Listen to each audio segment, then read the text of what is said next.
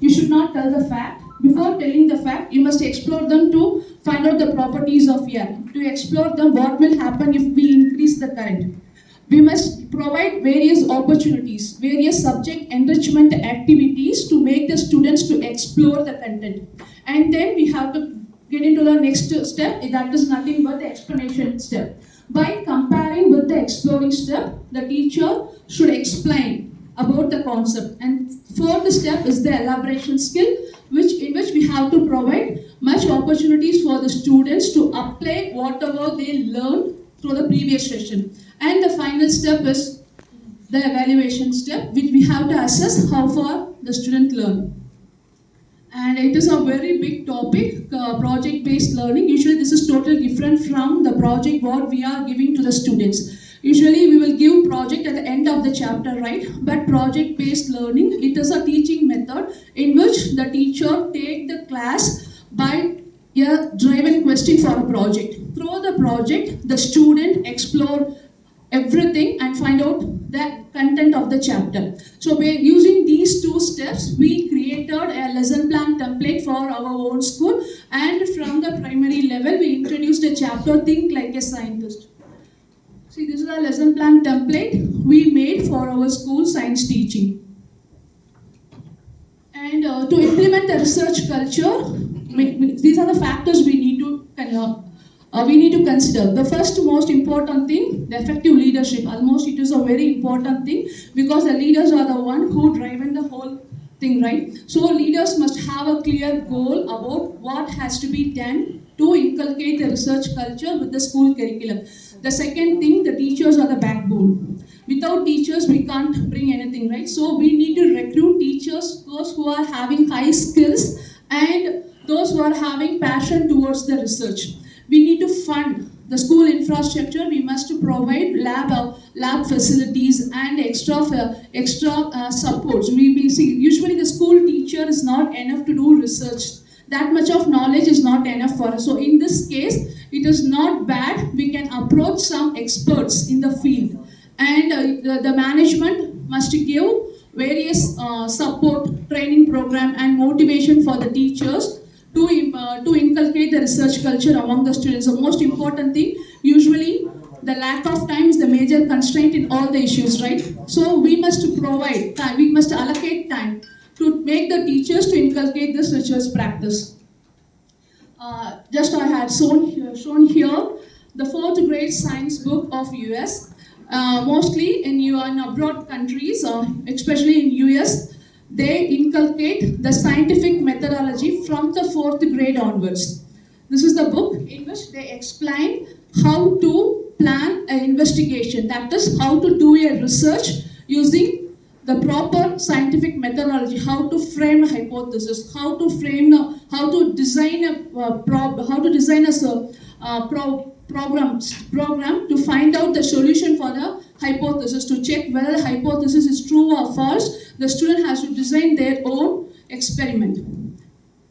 So this is the textbook of US, and based on this we compiled a topic, Think Like a Scientist, and we started to implement that chapter from 4th grade onwards. And this will be highly helpful for the students to approach a research problem through the proper scientific methodology. So just I want to share few of the photographs of our students who have participated in the national level science fair and won prizes. And also they used to participate in our state government science competitions, and they won many prizes. These are the students who participated. And every year we used to conduct Think Like Scientist competition, and in which they have to post a question, because questioning skill is very important for the students. We must allow the students to question. We must give the clarification. We should not stop their questioning skill. So we used to encourage the students to question. So this is a few clippings of the students and the science fair winners. And next is a look beyond textbook daily contest. Actually, through this daily contest, we encourage the students to look beyond the textbooks and their classroom walls. So every day we used to conduct contests in our school. 5 group of teachers. They conduct daily contests in which they focus on developing the students' creative skill, logical and analytical skill. The first Monday, we used to paste spot it out competition. Second Tuesday, we paste serve the world. That is nothing but general knowledge type of questions. And Wednesday, we paste math genius. It is math related, math tricks related questions. And fourth, Thursday, we used to paste creative bus, in which the students can answer in any language they want. Either they can answer through their art.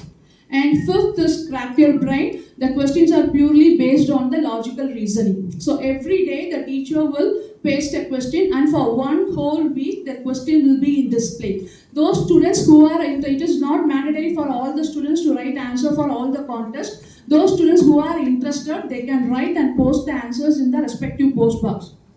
And we are conducting this contest at 4 different levels, and level 1 is for grade 1 and 2 students alone.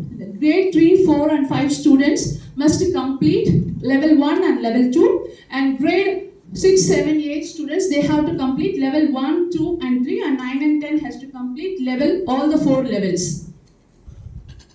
And through this daily contest, we are nurturing the students' creativity, logical and analytical thinking. And we make the students to look beyond the textbooks. Education, we should not make the students to study, write exams, everything related to the textbooks. And also, it will be highly helpful for us to improve their competitive talent too, to nurture their competitive talent too. And this is the post box and display board. See, the post box we used to number 1, 2, 3, 4, 5, and spot it out answers they have to drop in the spot it out box. So, during the break time, usually the children will run here and there, and they will waste a lot of time, right? But not only all those skills, in addition to that, this daily contest program highly helps us to address the discipline issues. The students, rather than wasting time within the school walls, they started to utilize the time in searching answers from magazines, library books, and they start to discuss with the teachers how the teachers never tell the answers, but they guide, they facilitate the students how to find out the answers. So at the beginning, the participation is very less, but we started to motivate the students to participate, and based on the regular motivation, the participation rate increased day by day. And I published this practice in a research paper, and Osmania University and the MFRED, they accepted this pedagogy is a best pedagogy practice, and they published in their B.Ed pedagogy book. And next one is the show time. It is nothing but a platform to exhibit the students' hidden talent. There is no competition, no first prize, second prize, third prize, no, nothing. The students prepare their own skit, poetry, drama, mime, program, pyramid, whatever it is. If whatever the skill they have, they can stand in front of the people and they can present. Through this short time, we remove the stage fear of the students and we improve the public speaking skills. And through this, the teacher may identify the hidden talent in the students, and they start to nurture the students' individual talent to the next level.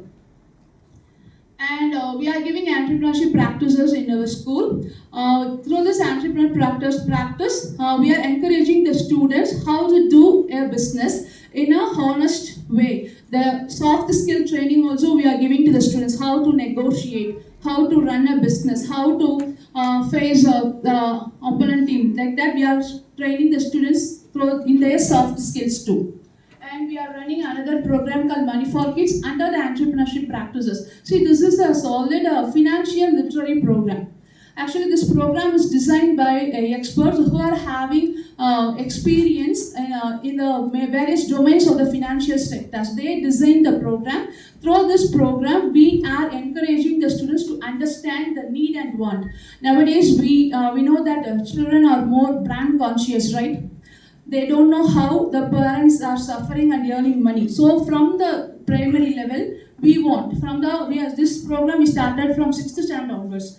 we are starting exclusively for the upper primary students. We are teaching, we are practicing the student how the parents are earning money and how we have to save the money. The concept of money, the concept of smart saving, smart spending, all those things we are practicing the students rather than taking this as a theoretical subject. We are giving practical classes for these type of things. And then under the entrepreneurship practices, we are giving the agriculture practices too. So agriculture is the backbone of India, right? So rather than studying how different plants grow, we provided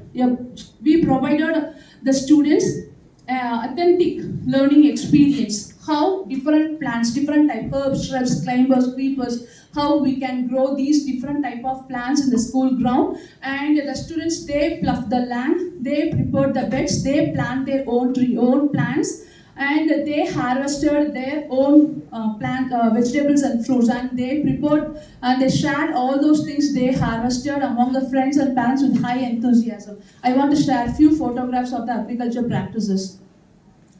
These are the paddy cultivation we did in our school. Radish. Okay, fine. The last one is the schoolhouse. Everybody might wonder, most of the schools, they are having schoolhouses in the school. What is very different in that? See, in one point we differ. Mostly, many schools, they use the schoolhouse to improve the cross-elastic area, right?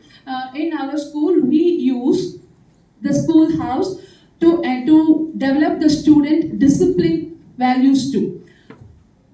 Actually, we separated the whole school students under 4 groups: Kurunji, Maradam, Mullai, and Neidal. Each group has a captain and a vice captain and an in-charge teacher whom they can approach for guidance. So we used to score every month. The class teachers and subject teachers score each and individual student based on their academic performance, discipline performance, all those issues. After COVID, I hope many of us as principals, we are facing lot of discipline issues among the children, right? Especially they are not regular in their homework, they are not obeying the elders, because last 1.5 years they simply spent much time with computer, with mobile phone, and they lack the discipline thing. Now, we use this schoolhouse as a platform to improve these school students' discipline values. And every month, the teacher will rate according to this criteria. And every month end, according to the house score, we will fly the house flags at different heights. And a year end, we will see which house performed better, and based on the height of the flag, that particular house will be announced as the best house of that particular academic year. That's it. Thank you for your time. I hope this session will be a next session for